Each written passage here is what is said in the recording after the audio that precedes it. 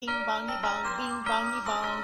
This is Joe, the bearded historian. He'll tell you an interesting story. Be careful of his soldiers, they can be brats. This is Angel, she's an entity. She'll cause chaos and plant her hands at you. This is Sue, she likes spirits, not the alcohol. She's the reason this channel exists. This is David, he likes fire trucks. He's here occasionally. Bing bongy bong, bing bongy bong, bing bongy bong. We preserve his story. It's Wayback Wednesday. And today we're talking more about the gold rush, but this time in California. And how it was discovered, who discovered it, why they discovered it. No, just kidding. I'll know why they discovered it. It was mostly by accident. Then they decided, hey, this funny piece of rock is really, really expensive and important for reasons. Before that, though, we are going to do a race. And I was debating, and then I clicked on the wrong button because I'm a genius. Hang on. Okay, so we're going to do a horse race. Are you guys ready? Here we go. Shout out time. Here's a shout out just for you. You support me, so I support you. This shout out is for our friend. Let's see who it is today. Let's set this. Okay, there we go. Now we're going to start. No, we're not. We're going to start. No, we're not. Come on. Start. Start. There it goes. Okay. Or, well, I had it going. Apparently. There we go. Alright, now we got it.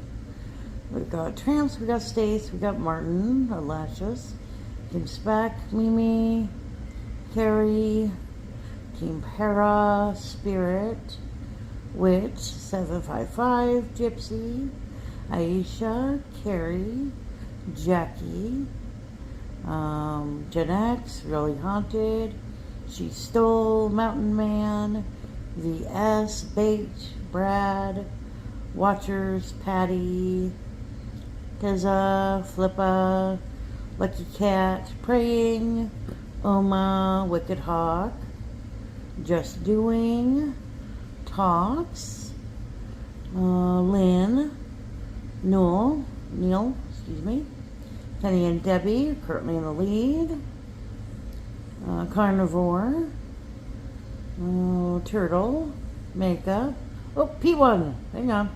Okay, so Scratching Pete is almost at 2K. He is an awesome supporter. It says, my name is Peter from Canada. My scratching challenge, my mission on Scratching Pete is to find out if I can make a profit by scratching lottery tickets over a period of 1 year. As far as I know, he's been doing this for more than a year because we've been on for almost 3. And I've known him for at least 2, maybe 3. I don't remember where we met. But Pete is an awesome supporter. Always on different channels, always bouncing around, always supporting. So if you like Scratcher, you like supporting other people, check them out, like, share, comment. Have a good day. Alright, Mr. Bud, what are you going to tell us? Yeah, Bearded Historian has a little nugget. For the date, January 24th. This time we're going to spin it back to 1848. Now, that's all before the Civil War happened and all that fun stuff. Gold was discovered. This time, though, it would happen at a place called Sutter's Mill in Coloma, California. And it basically kicked off a mass rush out to the state in the effort to, obtain this gold. And interestingly enough, the influx of gold into the money supply reinvigorated the American economy.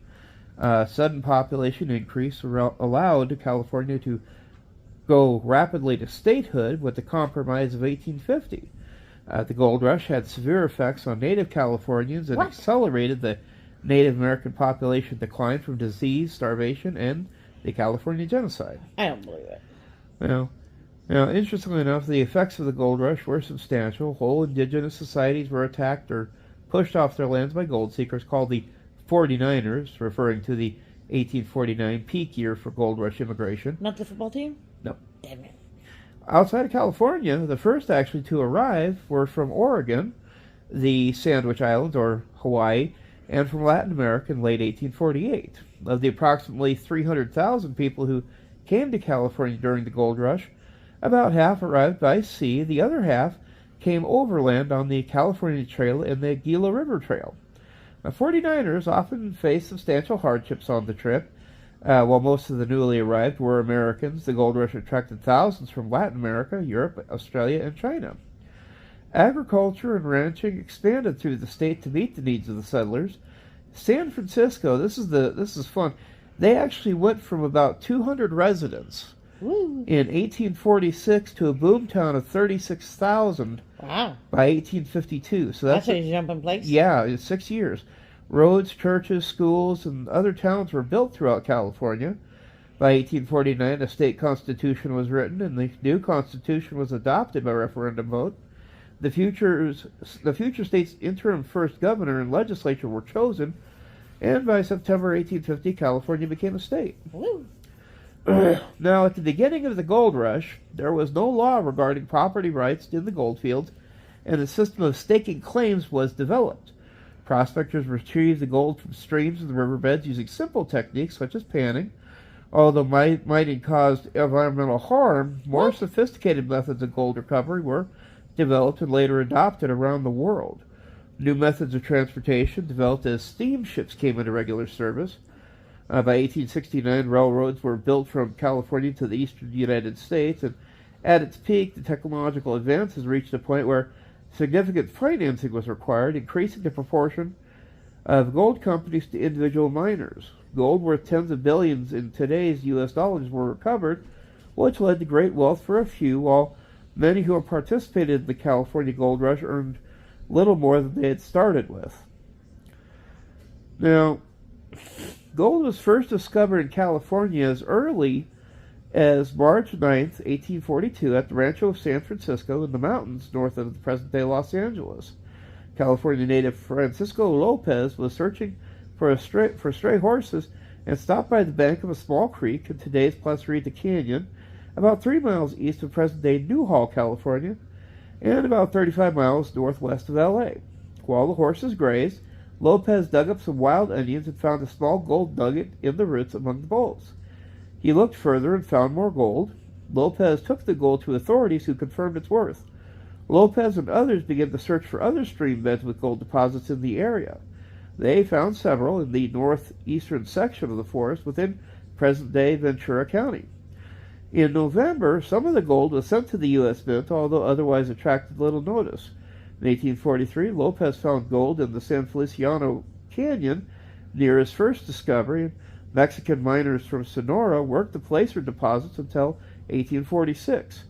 Minor finds of gold in California were also made by the Mission Indians prior to 1848. The friars instructed them to keep the location secret to avoid a gold rush. That always works.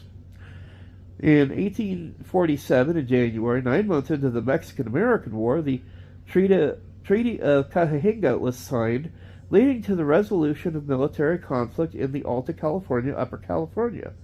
On January 24, 1848, James W. Marshall found shiny metal in the tail race of a lumber mill he was building for Sacramento pioneer John Sutter, known as Sutter's Mill, near Coloma on the American River.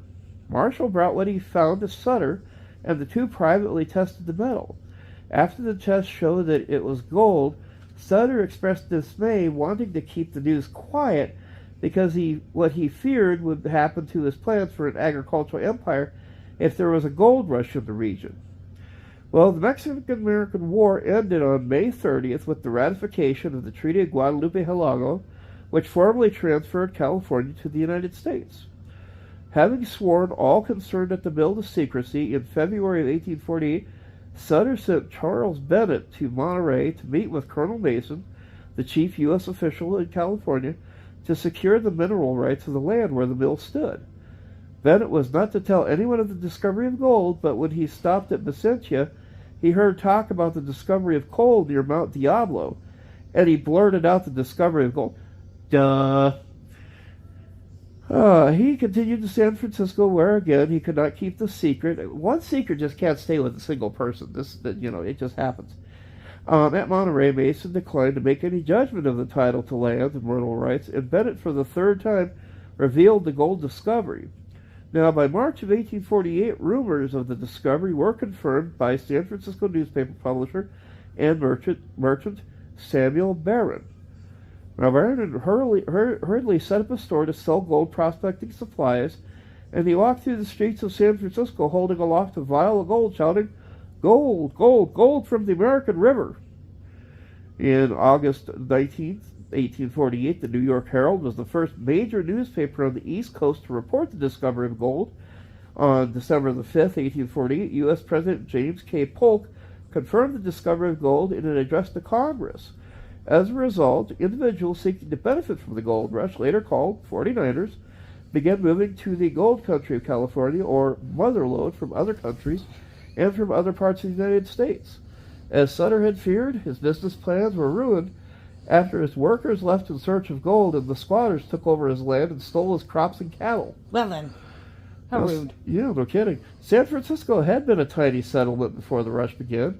When residents learned about the discovery, at first it became a ghost town of abandoned ships and businesses, but then boomed as merchants and new people arrived. The population quickly increased from about 1,000 in 1848 to 25,000 full-time residents by 1850. Miners lived in tents, wood shanties, or deck cabins removed from abandoned ships. Now, in what was referred to as the first world-class gold rush, there was no easy way to get to California. 49ers faced hardships and often death on the way. At first, most Argonauts, as they were also known, traveled by sea. From the East Coast, a sailing voyage around the tip of South America would take 4 to 5 months and cover approximately 18,000 nautical miles. An alternative way was to sail to the Atlantic side of the Isthmus of Panama, take canoes and mules for a week through the jungle, and then on the Pacific side wait for a ship sailing for San Francisco. There also was a route across Mexico starting at Veracruz. Companies were providing such transportation caused vast wealth among owners that included the U.S. Mail Steamship Company, the federally subsidized Pacific Mail Steamship Company, and the Accessory Transit Company. Many gold seekers took the overland routes across the continental United States, particularly along the California Trail. Each of these routes had its own deadly hazards, from shipwrecks to typhoid fever and cholera. In the early years of the rush, much of the population growth in the San Francisco area was due to steamship travel from New York City through overland portages in Nicaragua and Panama, and then back up by steamship to San Francisco. Now, while traveling, many steamships from the eastern seaboard required the passengers to bring kits, which were typically full of personal belongings such as clothing, guidebooks, tools, etc. In addition to personal belongings, Argonauts were required to bring along barrels of beef, biscuits, butter, pork, rice, and salt. While on the steamships, travelers could talk to each other, smoke, fish, and other activities depending on the ship that they traveled on. Still, the dominant activity throughout the steamships was gambling, which was iconic because the segregation between wealth gaps was prominent throughout the ships. Everything was segregated between the rich and the poor, and there were different levels of travel one could pay to get to California. The cheaper steamships tended to have longer routes. In contrast, the more expensive would get the passengers to California quicker. There were clear social and economic distinctions between those who traveled together, being that those who spent more money would receive accommodations that others were not allowed. They would do this with clear intent to distinguish the higher class power over those who could not afford these accommodations. We're so snooty. They so snooty. First class, second class, or baggage. Now, supply ships arrived in San Francisco with goods and supply ships needed to supply the needs of the growing population. When hundreds of ships were abandoned after their crews deserted to go to the gold fields, many ships were converted into warehouses, stores, taverns, hotels, and one into a jail. Oops. As the city expanded and new places were needed on which to build, many ships were destroyed and used as landfill. Well, that's one way to expand the city. Yeah. Mm-hmm. Now, within a few years, there was an important but lesser-known surge of prospectors into far northern California, specifically into present-day Siskiyou, Shasta, and Trinity counties. Discovery of gold nuggets at the site of present-day Eureka in 1851 brought thousands of gold seekers up the Siskiyou Trail through California's northern counties. Settlements in the gold rush era, such as the Portuguese Flat and Sacramento River, sprang into existence and then faded. The gold rush town of Weaverville on the Trinity River today retains the oldest continuously used Taoist temple in California, a legacy of Chinese miners who came. While there are not many gold rush era ghost towns still in existence, the remains of the once bustling town of Shasta has been preserved in a California State Historic Park in Northern California. Cool beans. So time to go. In 1850, most of the easily accessible gold had been collected and attention turned to extracting gold from more difficult locations. Faced with gold increasingly difficult to retrieve, Americans began to drive out foreigners to get at the most accessible gold that remained. The new California state legislature passed a foreign miners tax of $20 per month, or $700 per month as of 2024, and American prospectors began organized attacks on foreign miners, particularly Latin American and Chinese miners. In addition, huge number of newcomers were driving Native Americans out of their traditional hunting, fishing, and food gathering areas. To protect their homes and livelihoods, some Native Americans responded by attacking the miners. These provoked counterattacks on native villages. The Native Americans outgunned were often slaughtered. Those who escaped massacres were many times unable to survive without access to their food gathering areas and sadly starved to death. Novelist and poet Wanakeen Miller vividly captured one such attack in his semi-autographical work, Life Among the Modocs. Now, the first people who made it to the gold fields, beginning in the spring of 1848, were the residents of California themselves, primarily agriculturally oriented Americans and Europeans living in Northern California, along with native Californians and some Californos, Spanish-speaking Californians, at that time simply referred to in English as simply Californians. These first miners tended to be families which helped in the effort. Women and children of all ethnicities were often found panning next to the men. Some enterprising families set up boarding houses to accommodate the influx of men. In such cases, the women often brought in a steady income while their husbands searched for gold. Now, word of the gold rush spread slowly at first. The earliest gold seekers were people who lived near California or people who heard the news from ships on the fastest sailing routes from California. The first large group of Americans to arrive were several thousand Oregonians who came down the Siskiyou Trail. Next came several from the Sandwich Islands and several thousand Latin Americans, including people from Mexico, from Peru, and from as far away as Chile. Both by ship and overland, by the end of 1848, some 6,000 Argonauts had come to California. Now, only a small number, probably fewer than 500, actually traveled overland from the United States that year. Some of these 48ers, as the earliest gold seekers were sometimes called, were able to collect large amounts of easily accessible gold, in some cases thousands of dollars worth each day. Even ordinary prospectors averaged daily gold finds worth 10 to 15 times a daily wage of a laborer on the East Coast. A person could work for 6 months in the gold fields and find the equivalent of 6 years' worth of wages back home. Some hoped to get rich quick and return home, while others wished to start businesses in California. Now, by the beginning of 1849, word of the gold rush had spread around the world, and an overwhelming number of gold seekers and merchants began to arrive from virtually every continent. The largest group of 49ers were Americans, arriving by the tens of thousands overland across the continent and along various sailing routes. The name 49er, again derived from the year. Many of the East Coast travelers negotiated the crossing of the Appalachian Mountains, taking the riverboats in Pennsylvania, pulling the keel boats to the Missouri River wagon train assembly ports, and then traveling in a wagon train along the California Trail. This is an offshoot of the Oregon Trail. No. Now, many more came by way of the Isthmus of Panama and steamships of the Pacific Mail Steamship Company. Australians and even New Zealanders picked up news from ships carrying Hawaiian newspapers, and thousands infected with gold fever boarded ships for California. Now, 49ers came from Latin America, particularly from the Mexican mining districts near Sonora and Chile. Gold seekers and merchants from Asia, primarily from China, began arriving in 1849, and the first in modest numbers to Gum San, or Gold Mountain, the name given to California in Chinese. The first immigrants from Europe, reeling from the effects of the revolutions of 1848 and with a longer distance to travel, began arriving in late 1849, mostly from France, with some Germans, Italians, and Britons. Now, it's estimated that approximately 90,000 people arrived in California in 1849, about half by land, about half by sea, and of these, perhaps 50 to 60,000 were Americans, the rest were from other countries. By 1855, it's estimated to at least 300,000 gold seekers, merchants, and other immigrants had arrived in California from around the world.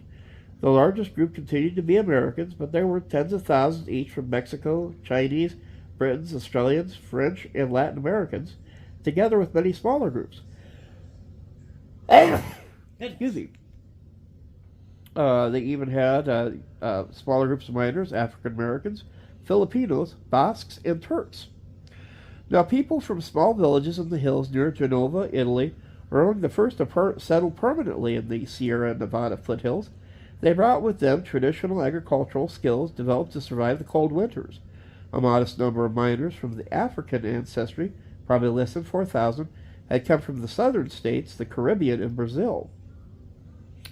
Now, the number of immigrants that were from China, several hundred Chinese arrived in California in 1849, in 1850, and in 1852, more than 20,000 landed in San Francisco.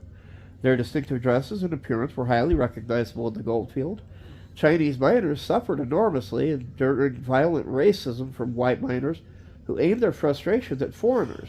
Foreign animosity towards the Chinese led to legislation such as the Chinese Exclusion Act and Foreign Miners Act. Nothing worse than the lawyers trying to screw up people's lives. Isn't that what lawyers do? Usually. Then there were also women in the gold rush. However, their numbers were smaller. Of the 40,000 people who arrived by ship in the San Francisco Bay in 1849, only 700 were women, including those who were poor, wealthy, entrepreneurs, prostitutes, single, and married. I like how they break it down and include everybody. Oh, yeah. What's the point? Information. Okay. Yeah. Now, there were various ethnicities, including Anglo-American, African-American, Hispanic, Native, European, Chinese, and Jewish. The reasons they came varied. Some came with their husbands, refusing to be left behind to fend for themselves. Some came because their husbands sent for them, and others came, singles and widows, for the adventure and economic opportunities.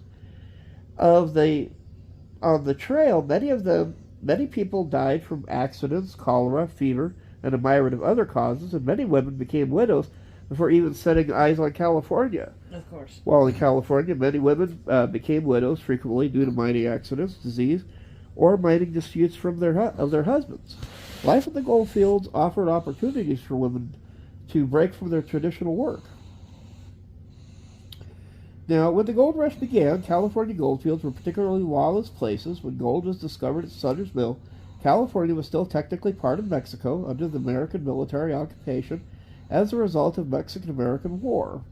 With the signing of the treaty ending the war on February 2nd, 1848, California became a possession of the United States, but it was not a formal territory and did not become a state until September 9th, 1850. California existed under the unusual condition of a region under military control. There was no legislature, executive, or judicial body for the entire region. Local residents operated under a confusing and changing mixture of Mexican rules, American principles, and personal dictates. Lax enforcement of the federal laws, such as the Fugitive Slave Act in 1850, encouraged the arrival of free blacks and escaped slaves. Now, while the treaty ending the Mexican-American War obligated the United States to honor Mexican land grants, almost all of the goldfields were outside these grants. Instead, the goldfields were primarily on public land, meaning land formerly owned by the United States government. However, there was no legal rules in place and no practical enforcement mechanisms.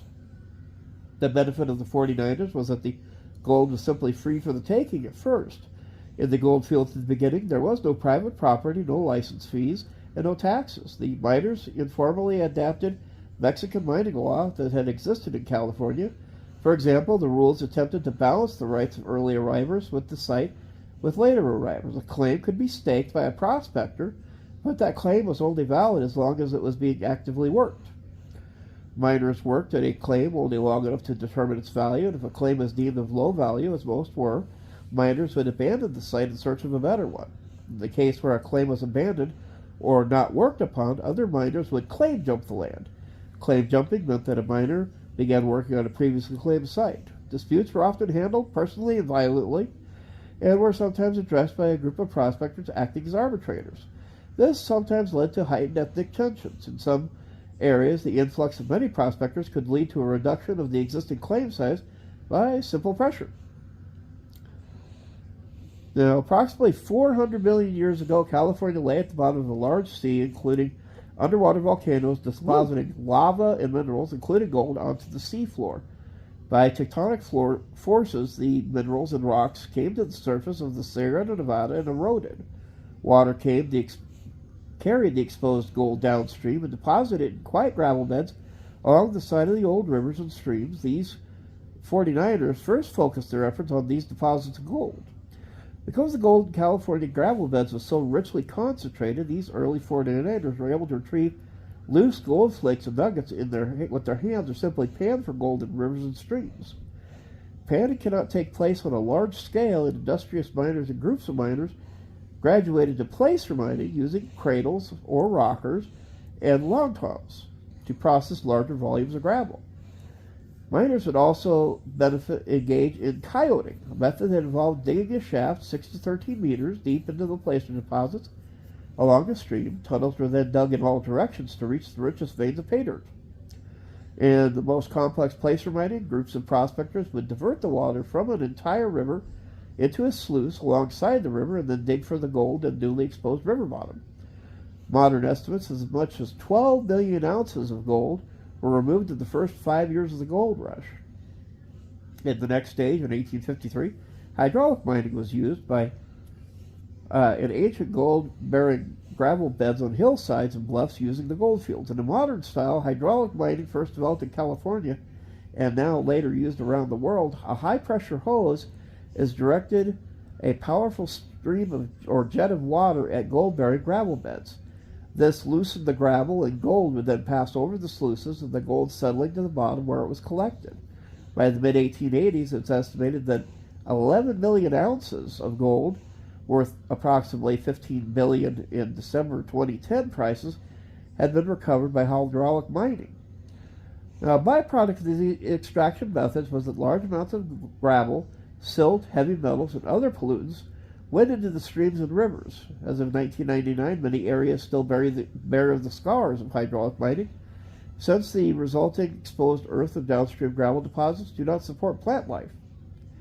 Now, as the gold rush had concluded, gold recovery operations continued. The final stage to recover loose gold was to prospect for gold that had slowly washed down into the flat river bottoms and sandbars of California's Central Valley and other gold-bearing areas of California, like the Scotts Valley.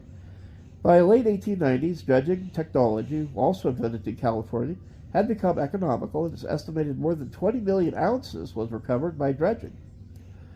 Both during the gold rush and the decades that followed, gold seekers engaged in hard rock mining, extracting the gold directly from the rock that contained it, typically quartz, usually by digging and blasting to follow and remove veins of gold-bearing quartz. Once the gold-bearing rocks were brought to the surface, the rocks were crushed and then the gold separated, either using a separation in water, using a density difference in the quartz sand, or by washing the sand over copper plates coated with mercury, with which gold forms an amalgam. Loss of mercury in the amalgamation process was a source of environmental contamination. Eventually, hard rock mining became the single largest source of gold produced in the gold country. The total production of gold in California from then until now is estimated at 118 million ounces. Whoa. That's a lot of gold. That's a lot of gold. But this has been our little trip down back into history. We hope you folks enjoyed it, and we will see you next week. You folks have a good evening. Bye-bye.